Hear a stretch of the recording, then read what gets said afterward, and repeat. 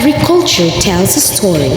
Let's explore how the Maranao and Badjao live, communicate, and show respect through their traditions and beliefs. Hello everyone, I am Hannah Jane Narbasa. So today, we will talk about the Maranao and Badjao people. So we will explore how culture and religion affect communication and how understanding these practices helps avoid stereotyping. So we will also show which practices are cultural and which are religious. Please spell as your name and your culture. So for your first question, so how do Maranao people usually greet each other? What are the do's and don'ts when greeting or showing respect? So Na, di ba naman pag-sunod ang pinusunod sa mga Maranao. So, kapag greetings, ang babae, kakabuhin mo greet lang sa lalaki. Kan beso beso, anak ng aking aking, talon na yung mga sa mga lalaki, shake hands, pwede ko sa beso muna lang, pwede na rin yung test mo meron lang isang person. Then, ang babae, lalaki, like, dito sa napagkailan, hindi siya mga mga siya so bawal lang ito ay may pananakit. So another question. So, sa clothing naman, so what kind of clothes do Maranao wear and Zono wear? And what are the used and knowledge in dressing properly according to their culture and religion? Sa clothes,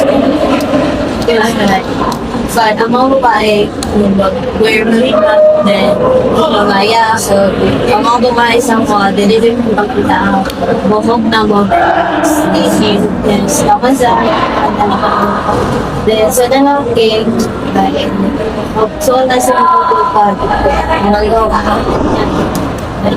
year 1, then go then bawal ko na lang mga shorts dito, guys. Ang inamang ito as skin. How do gender roles affect the type of Maranao men? So, and what are the do's and don'ts in how they play or communicate? Sa art kaya nila, ang babae, everyday, mag-isipin mo, since strict kaya ang Maranao religion, okay, hindi na ayaw lang mo. David sa lalaki, dua. Except din mga babae. Last question. How important is prayer in Maranao in daily life and what are the do's and don'ts during mga prayer? So, sa tulus but may price mo na price ko sa pagsikat mo na price ko then may training nothing yes na sa morning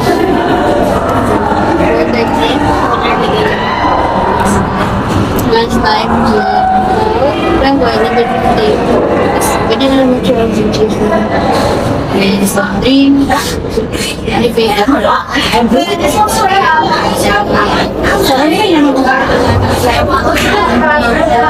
but ini ka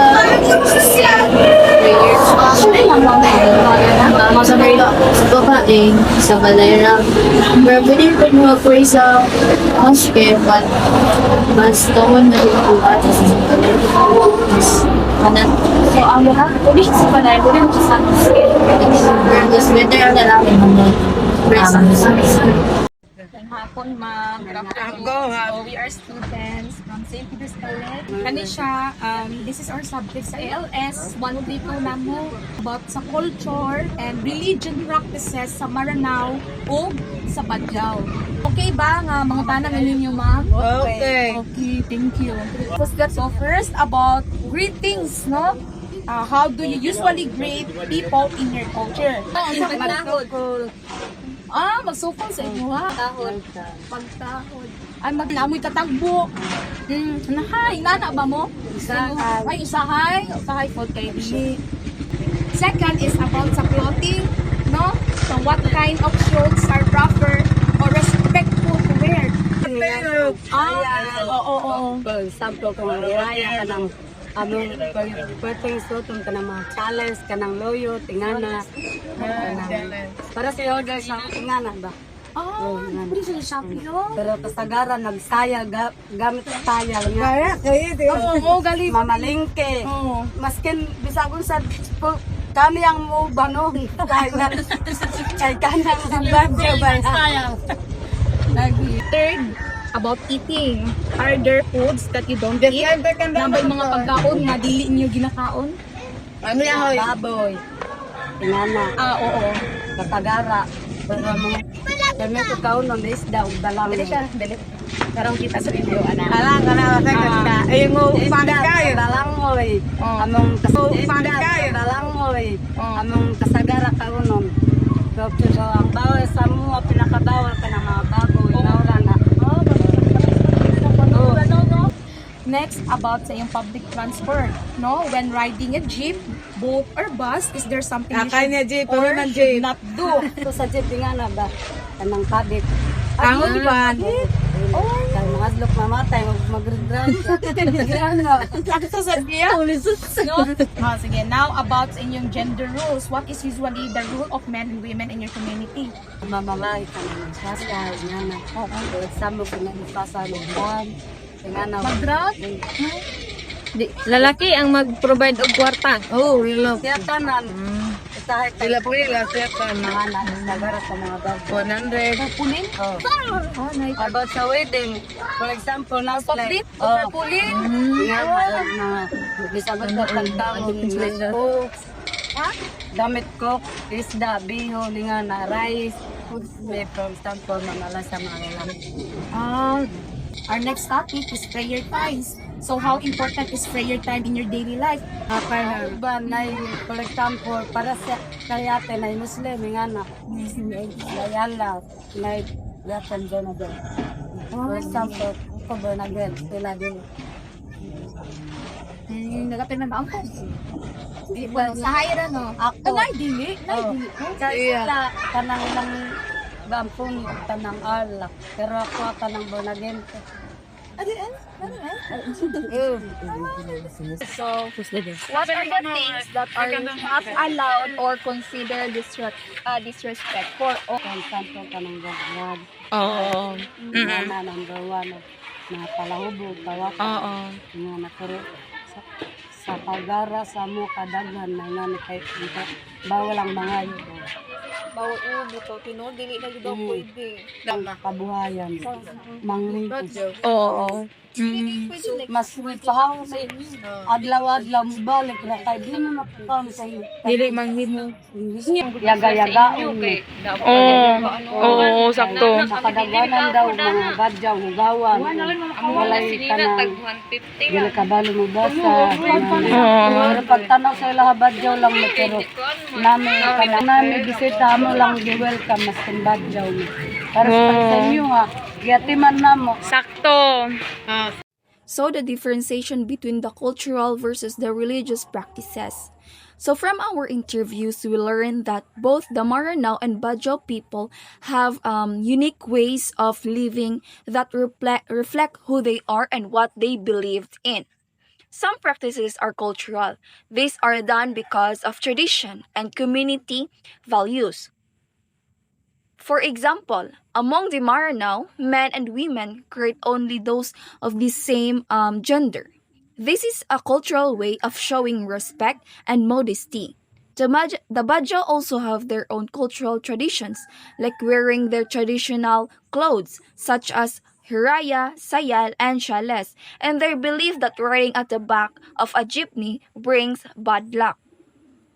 These are not religious rules. They come from their customs and way of life, passed down by their elders. Other practices are religious. These are followed because of faith and spiritual beliefs. For the Maranao, examples include praying 5 times a day, wearing modest clothes like the hijab, and avoiding pork, which are all part of their Islamic faith. The Badjo community is mixed. Some are Muslims, while others are born again Christians. Their religious practices depend on their faith, such as praying and worshipping in their own ways. In short, cultural practices come from traditions, while religious practices come from faith. Both are important because their influence how people behave, communicate, and show respect to others. After doing this interview, we learned a lot about the Maranao and the Badjo people. We realized that culture and religion both shape the way people communicate and live. At first, we thought that some practices were only based on religions, but we found out that many are part of their culture and tradition too. So this activity helped us see that every group has their own ways and beliefs that deserve respect. We also learned that we should not judge or stereotype others just because they do things differently. Instead, we should try to understand them and be open-minded.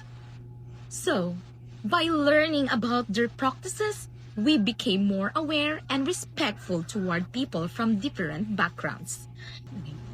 Overall, this experience reminded us that respect and understanding make communication better and more peaceful for everyone. Okay, so to finish, some practices like clothing and gender roles are cultural, while the other practices like prayer times and dietary rules are religious. So knowing the difference helps us respect others and communicate better. So it helps us to avoid stereotyping. So thank you for watching, and we hope everyone learns to be more respectful and open-minded when communicating with people from different cultures.